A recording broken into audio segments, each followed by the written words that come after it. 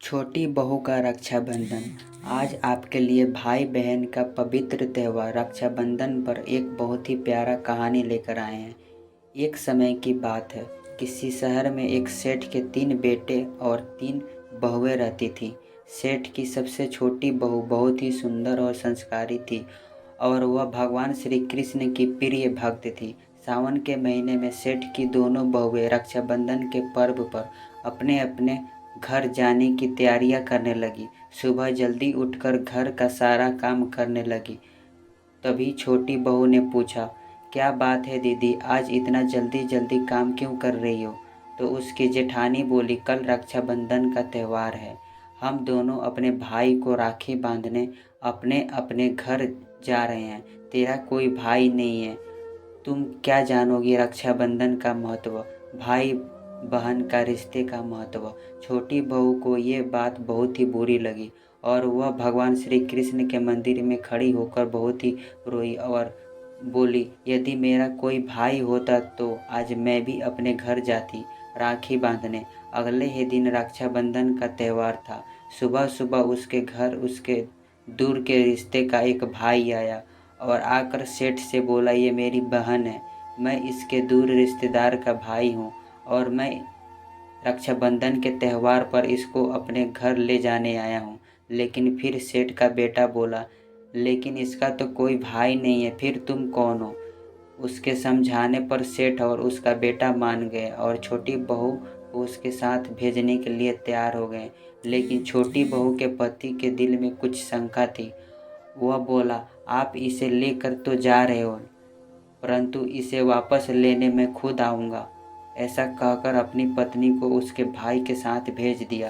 रास्ते में चलते चलते छोटी बहू ने अपने भाई से कहा, भैया तुम इतने सालों तक कहाँ थे और पहले मुझसे रक्षाबंधन पर कभी राखी बांधवाने क्यों नहीं आए? तो उसका भाई बोला, बहन मैं 7 समुंदर पार परदेश में कमाने गया था।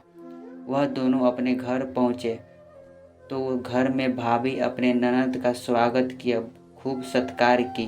फिर उन्होंने रक्षाबंधन का त्यौहार मनाया। ऐसे ही हंसी खुशी समय बीत गया।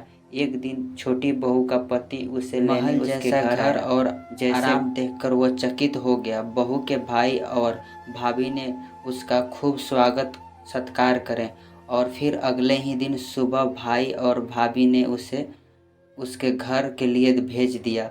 विदाई करते समय उसे बहुत सोना चांदी दिए। थोड़ी दूर जाने पर छोटी बहू का पति बोला, अरे मैं गलती से अपना कुर्ता वहीं भूल आया हूँ।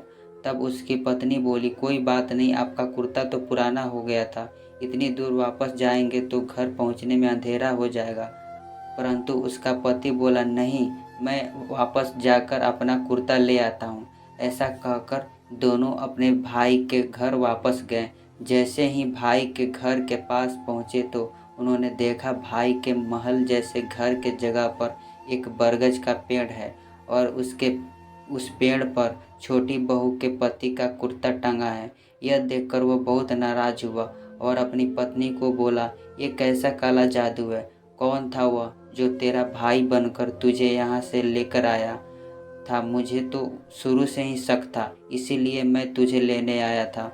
बता कौन था वह? ऐसा कहकर अपनी पत्नी को मारने लगा। तभी आसमान से तेज प्रकाश आया और भगवान श्री कृष्ण वहाँ स्वयं प्रकट हुए और बोले, मत मारो इसे, ये मेरी बहन है।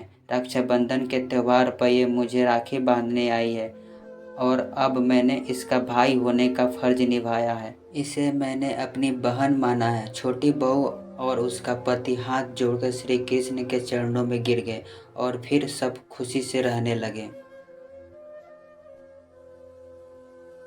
आशा करता हूँ आप सभी को कहानी पसंद आई होगी। इस कहानी पर आपकी क्या राय है कमेंट करके ज़रूर बताइए। लाइक, कमेंट और शेयर करना बिल्कुल ना भूलिए। साथ ही साथ चैनल को ज़रूर सब्सक्राइब कीजिए। कहानी देखने के लिए बहुत बहुत धन्यवाद।